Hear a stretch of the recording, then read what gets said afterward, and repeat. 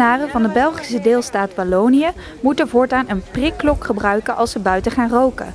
De tijd die ze roken wordt afgetrokken van hun arbeidstijd. POMA's TV is benieuwd naar uw mening over dit idee en daarom staat Godefrido deze week op de markt met de stelling: de rooktijd moet van de werktijd worden afgetrokken. De rooktijd moet voor mij van de werktijd afgaan, omdat ik zelf niet rook.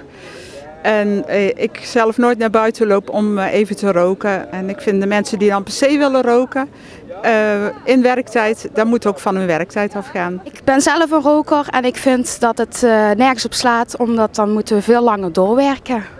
Ik vind dat de rooktijd van de werktijd af moet gaan, omdat mensen die niet roken uiteindelijk ook de tijd niet krijgen om vrij te praten met elkaar. Dus ik vind dat het hier ook best wel van de tijd af mag. Ik vind wel dat de rooktijd ten koste gaat van de mensen die niet roken. Dus ik vind wel dat het eraf moet, ja. Ik vind dat wel. Ik vind echt dat de rooktijd van de werktijd af moet. Want ik ben helemaal tegen roken, dus ik vind dat dat gewoon moet. Nou, ik vind iemand die rookt, die moet niet vaker pauze krijgen als iemand die niet rookt. Dus ik ben er gewoon voor dat een roker het gewoon in zijn eigen pauze moet doen.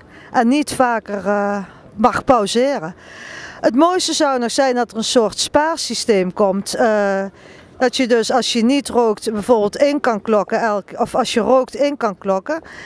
En als je dan niet rookt, dan hou je meer tijd over en dat je zo kan sparen voor extra vrije tijd. Dat zou nog het mooiste zijn. Dan kan de roker toch volop roken en de niet-roker heeft dan extra vrije tijd. Die vind ik wel zeer goed, ja.